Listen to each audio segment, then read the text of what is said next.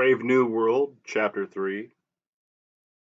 Outside, in the garden, it was playtime.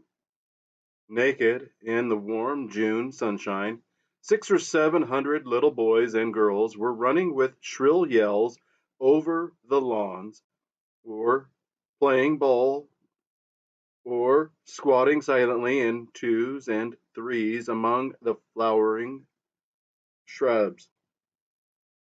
The roses were in bloom. Two nightingales soliloquized in the boscage. A cuckoo was just going out of time among the lime trees. The air was drowsy with the murmur of bees and helicopters.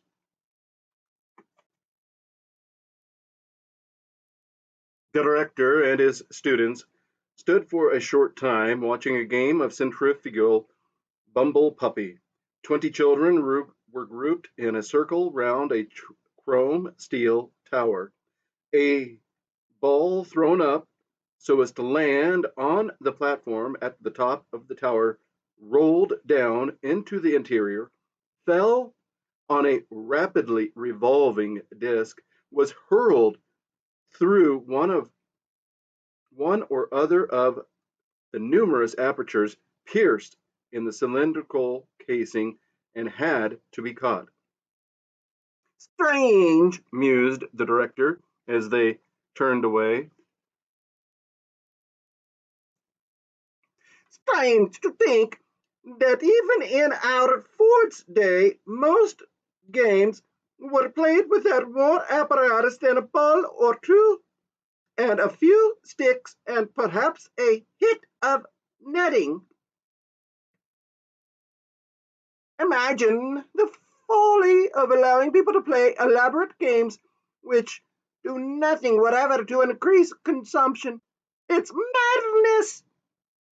Nowadays, the controllers won't approve of any new game unless it can be shown that it requires at least as much apparatus as the most complicated of existing games.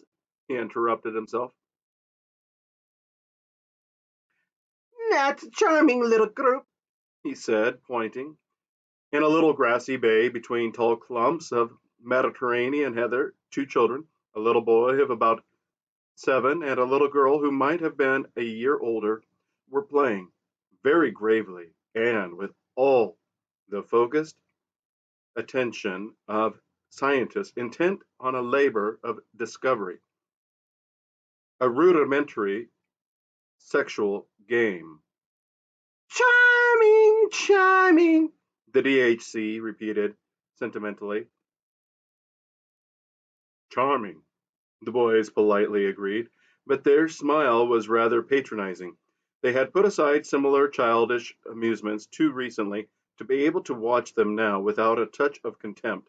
Charming? But it was just a pair of kids fooling about. That was all. Just kids. I always think, the director was continuing in the same rather maudlin tone when he was interrupted by a loud boo-hooing. From a neighboring shrubbery emerged a nurse, leading by the hand a small boy who howled as he went. An anxious-looking little girl trotted at her heels. What's the matter? Asked the director. The nurse shrugged her shoulders.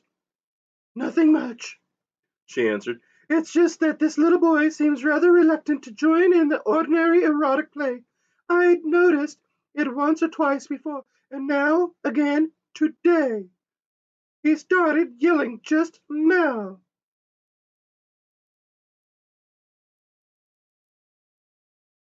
Honestly, put in the anxious-looking little girl, I didn't mean to hurt him or anything, honestly.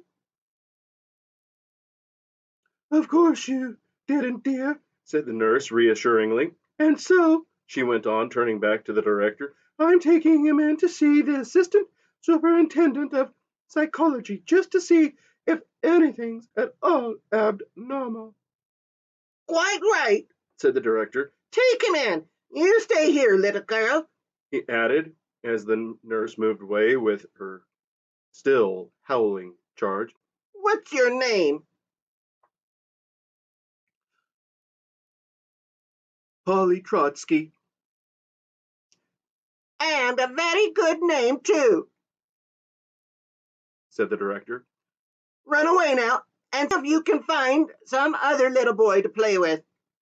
The child scampered off into the bushes and was lost to sight. Exquisite little creature, Said the director, looking after her. Then, turning to his students, what I'm going to tell you now he said, may sound incredible, but then when you're not accustomed to history, most facts about the past do sound incredible.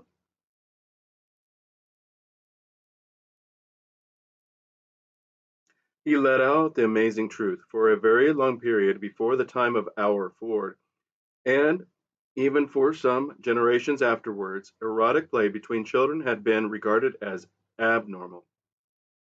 There was a roar of laughter, and not only abnormal, actually immoral. No! And had therefore been rigorously suppressed. A look of astonished incredulity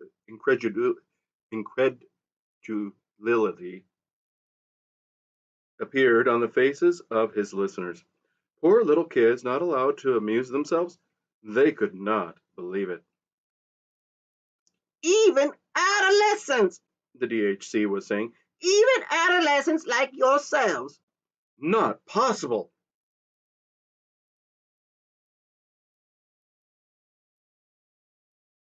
Buying a little surreptitious autoeroticism and homosexuality. Absolutely nothing.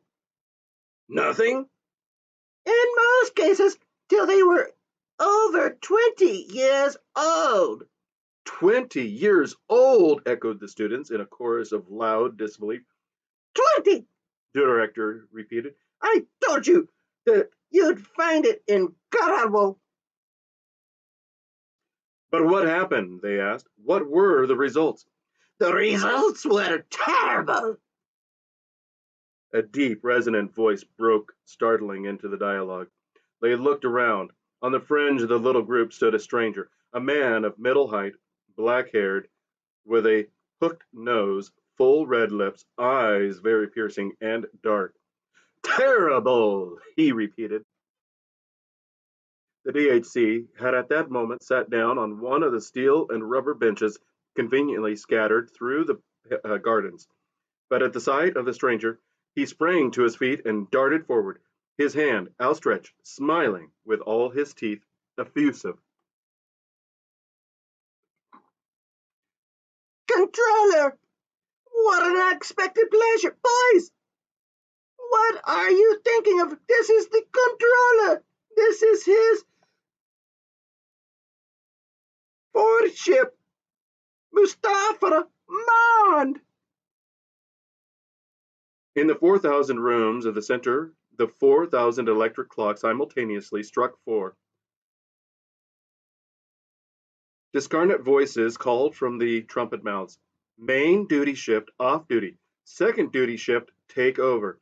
Main duty shift off in the lift on their way up to the changing rooms. Henry Foster and the assistant director of predestination rather pointedly turned their backs on Bernard Marx from the psychology bureau, averted themselves from the unsavory reputation. The faint hum and rattle of machinery still stirred the crimson air in the embryo store. Shifts might come and go, one lupus colored face give place to another. Majestically and forever the conveyors crept forward with their load of future men and women. Lenina Crown walked briskly towards the door.